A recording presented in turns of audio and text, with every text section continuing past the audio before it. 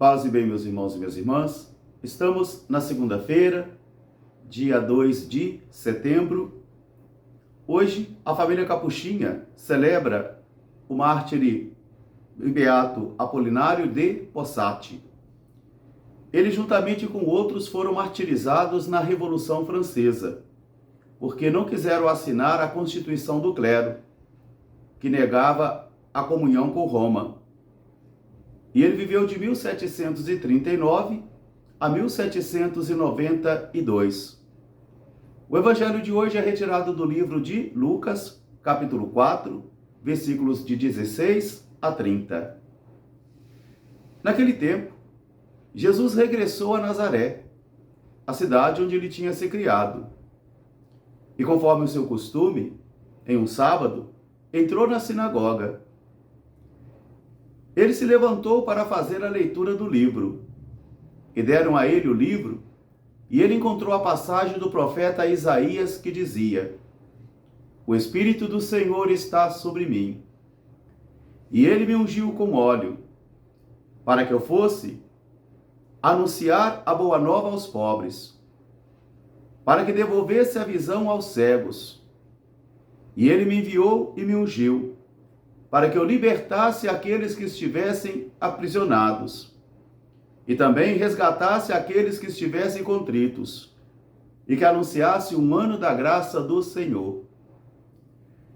Depois Jesus fechou o livro, entregou ao ajudante e sentou-se.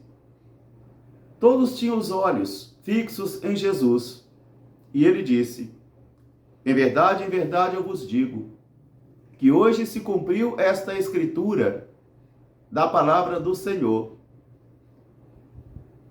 Eles ficavam encantados com as palavras de Jesus, com o encantamento de suas palavras, e todos tinham os olhos fixos nele. E começaram a perguntar: ele não é o filho de José? Jesus então disse: em verdade eu vos digo, que o profeta só não é bem acolhido em sua cidade. E vós ireis utilizar para mim aquele provérbio que diz: médico, cura-te a ti mesmo.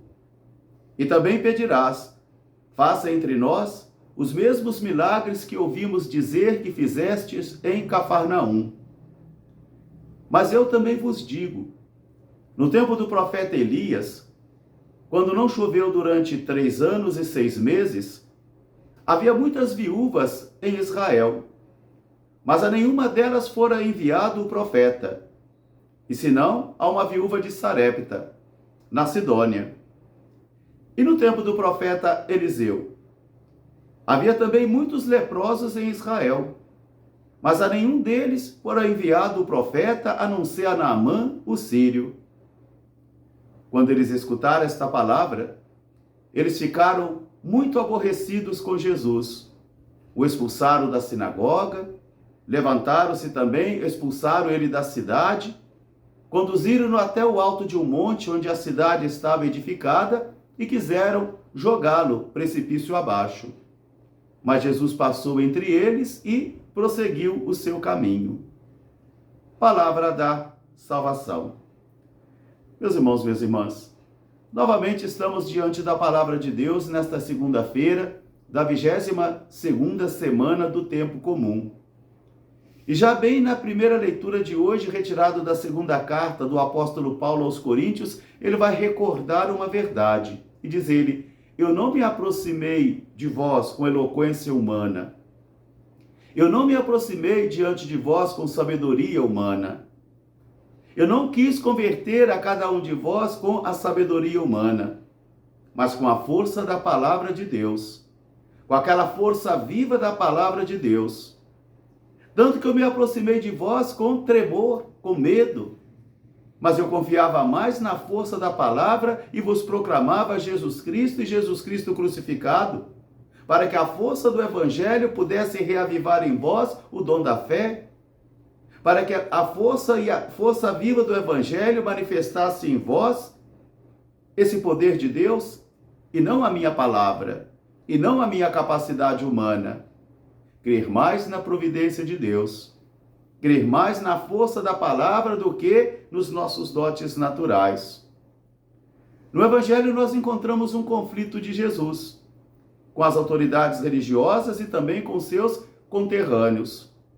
Porque Jesus volta até Nazaré, a cidade onde ele tinha se criado.